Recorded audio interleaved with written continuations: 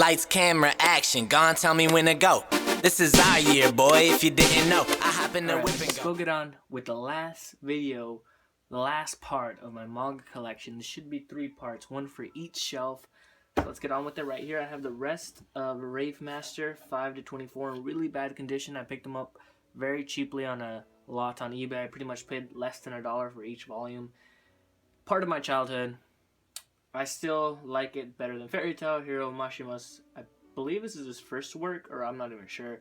But I know it became was before Fairy Tail, and I really enjoy it, guys. We have Real 3 to 6, again by Takehiko Inoue, the creator of Vagabond, Slam Dunk. Very good wheelchair basketball seinen. Have only read a little bit of it online. Need to pick up the first 2 volumes. We have Rurouni Kenshin, another part of my childhood. Really loved it as a kid. I'm rereading it right now. I think I'm on like volume 2 or 3. And yeah, need to pick up the rest. I know they have the Vizbigs, but I usually prefer single volumes over omnibuses. Probably like 90% of the time.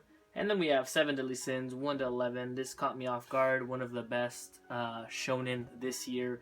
Easily, I believe it went toe-to-toe with One Piece on the manga sales of the year. I don't know if it beat it, but I think it came in second. 7 Deadly Sins, amazing, amazing, amazing. Meliodas is a badass, and so is, who else? There's a lot of badass characters in there. Everyone's pretty much a badass. King, I really like King. It's really cool. And let's see what else. We have Seraph of the End 1 to 4. Again, very kind of a generic series. Very generic shonen. Doesn't differ too much. Whereas 7 Deadly Sins kind of takes a different spin on the whole shonen aspect. It's almost a bit seinen-y, and the main character you don't know whether he's good or not. And I still don't know. I still haven't figured it out yet. I'm on volume 11. But 1 to 4 of Seraph of the End. Very good series. Very generic, but it's pretty good. So yeah, that was the first part here. Let's go ahead and move on. Alright guys, onto the next shelf right here. We have 5 to 7 of Seraph of the End. Honestly, it progresses. In the beginning, I thought it was very generic, and it is still very generic, but it honestly gets better throughout this volume, 7th volume. I really like the art for the covers.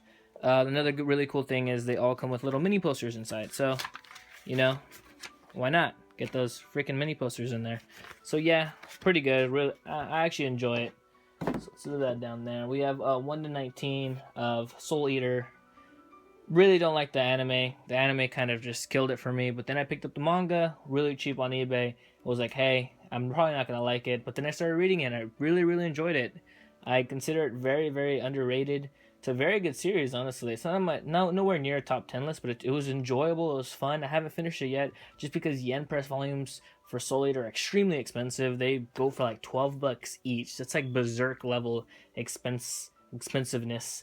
But yeah, I really enjoy it. I really like it. My favorite character is Black Star. You know, everyone likes Death the Kid, but I go with Black Star. Just look at the character development right there. That is from the beginning of the series. You can see little Black Star right there. And then we'll go ahead and pull out the number 18. The Warrior God right there, Black Star. Come on, guys. Dude looks like a fucking boss. Alright, so now we have 1 to 5 of Spice and Wolf. Not much to say. Oh, that one's upside down. That's weird. But not much to say about that. Haven't read it yet. And don't know when I'm gonna get around to reading it. I know it's very about economics, and I do like economics. But it's a very slow-paced adventure. So one of these days, a dark and stormy night, I will sit down and read those. Then we have Sword Art Online Progressive. This takes the viewpoint of Asuna and kind of goes through it. The art is very well done. It's very good. I don't know. I can't really say it's very good. I don't know why I said that. It's a guilty pleasure in a way, but Sword Art Online, I like it at times, and then I realize why I didn't like it. It's weird. There'll be moments where I'm into the series, and then I was like, what was I even thinking? I'll read something else and be like, why would I even want to buy more Sword Art Online, you know? But that's just me. I don't like Sword Art Online as much, but if you do, it's whatever. It's okay. Then we have Tenjo Tengi, Full Contact Edition 2-in-1. It was pretty good. It was really ecchi.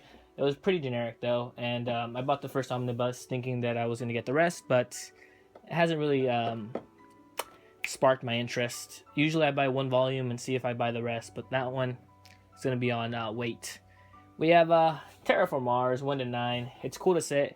It's weird to say this, but I think Terraform Mars would make my top 10 list of all time just because of the action, the characters, and the art is amazing. So we have 1 to 9 in these Viz Signature Editions, and we have Tokyo Ghoul 1 to 4. Also in Viz Signature Editions, really awesome looking. Really love the art style that they have here on the covers. Look really nice. I don't know. I just really like watercolor art, and it's nice.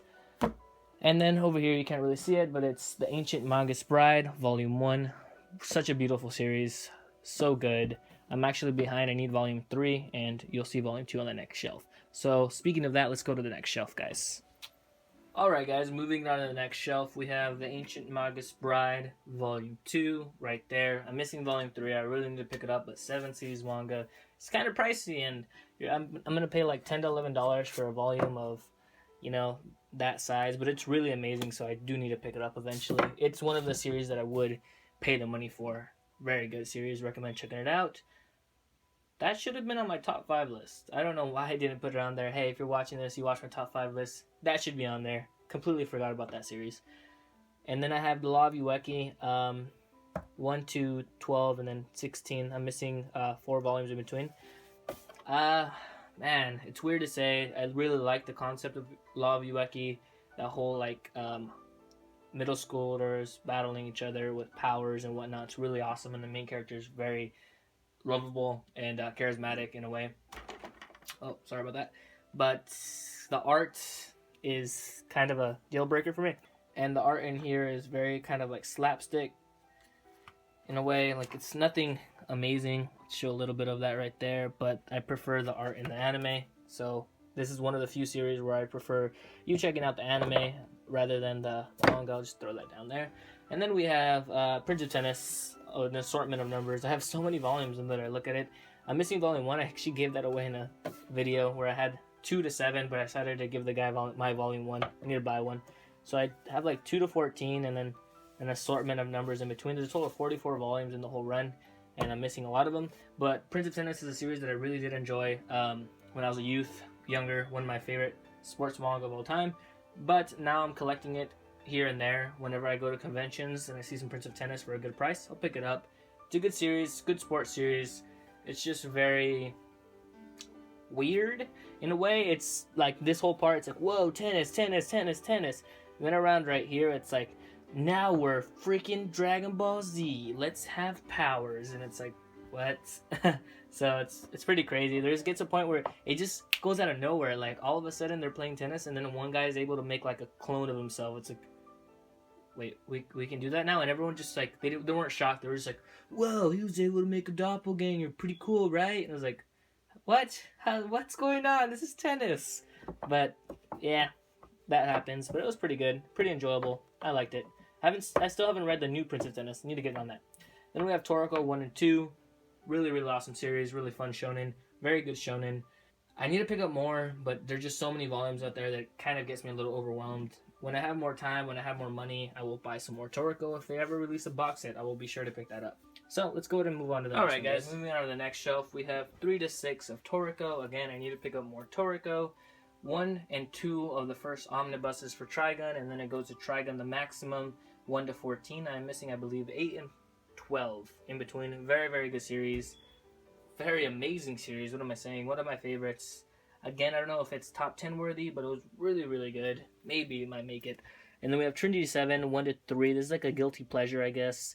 I really am only into it for the main character. He's a badass. He's arrogant. He's really, really awesome in a way. And yeah, other than that, he's more of like if an ordinary person or if just a regular cocky person was thrown into a harem situation, that's what would happen. And I think it's really awesome.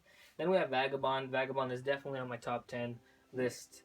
The art is amazing. These Viz Signature editions are awesome. I need to pick up more. They're just a little bit pricey. Then we have Vinland Saga. I need to pick up more books. There's like 7 out now.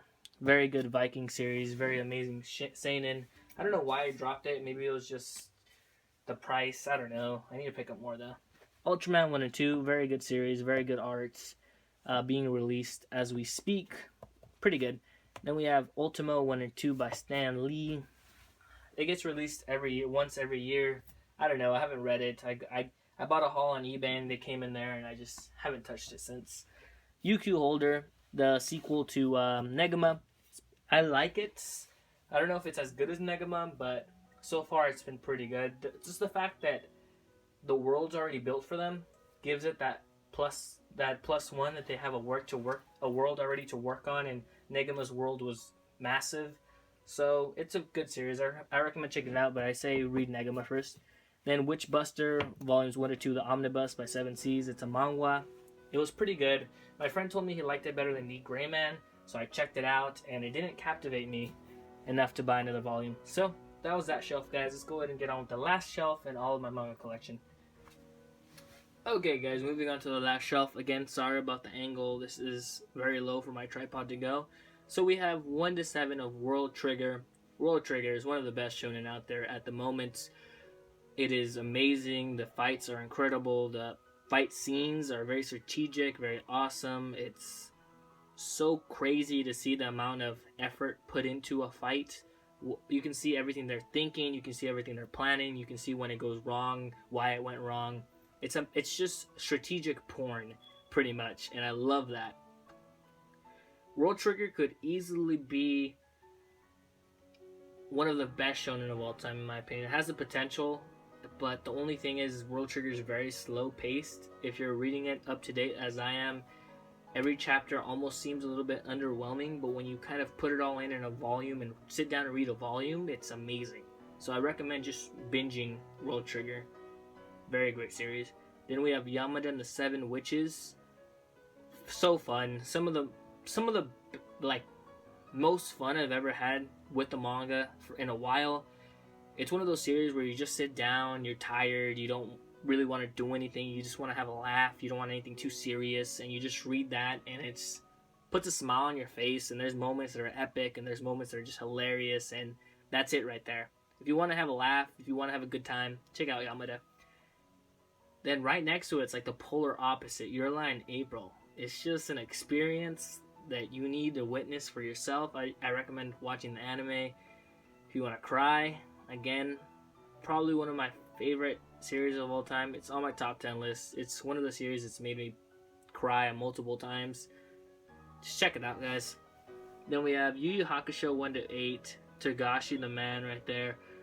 I need to pick up the rest. I have 11 more volumes to pick up. There's a total of 19, I believe, and Yu Yu Hakusho was one of my favorites as a kid growing up, got me really into anime. I should pick up the rest. Amazing series, guys. Togashi, he does wonders. Zombie Loan 1 to 13, again, have not read it yet. It's just sitting there right now, so hopefully I read it one of these days. If you guys think it's good, let me know down below, because so far I've only heard subpar things about it, that it's mediocre, so I haven't really bothered reading it. And then we have Zombie Powder 1 to 4. It was pretty good. I liked it, but I still prefer Bleach. So the fact that he dropped that to go make Bleach, I think was a good choice. So yeah. So there you go, guys. That was the whole collection. Let me give you guys a quick little overview. Okay, guys. So let's show you guys a quick overview of this whole shelf. Up there I have all of my anime stuff that I don't really collect much of. Boom. Second shelf, the third shelf, we have the fourth shelf, and the last shelf at the bottom. So yeah, that was my complete collection, guys. It went a lot more in depth this time. Hopefully you guys liked it. I'll go ahead and do a shorter, more compact version that doesn't really have my thoughts in it, and a different date, maybe pretty soon, if you guys really want to see that. But if you guys went ahead and sticked along and watched all 3 parts, you guys are awesome. And yeah, that's pretty much it, guys. Hope you guys have a great day. Hope you guys have a better tomorrow. And like always, let me say something else. It's been a year on YouTube. It's been awesome. It's been amazing. It's been fun. I'm not really in it for the numbers. I'm not in it to be popular. I'm just in it to spread my love of manga and my thoughts on certain series. And before I let you guys go, I want to go ahead and name out a lot of people that have been helping me throughout the way. And I probably can't name all of them off the top of my head, so I'll leave a link to all of their channels in the description. We have Ozio, we have Enigma, we have Otaku Berserkers, no longer making videos, sadly. And then we have Oz. Recently, I've been talking a lot to that guy. He's a really cool dude. Posts a lot of content. I recommend checking him out if you want news on manga or anime. And then we have a lot of other people. Apostle Sakura, I can't say Mavis. I don't know how to say her name. I always say Mavis Senpai. We have so many different people. Joe, Otaku Joe. Can't name everyone off the top of my head, so they'll be linked in the description. We have Dark Moon, her videos for manga that's coming out help me so much because I forget to buy things and I watch her video and I go and order them. We have, well, who else do we have? We have so many people, guys. And yeah, that's pretty much it, guys. I rambled a lot, but their links will be in the description. Go check them out. Later, guys.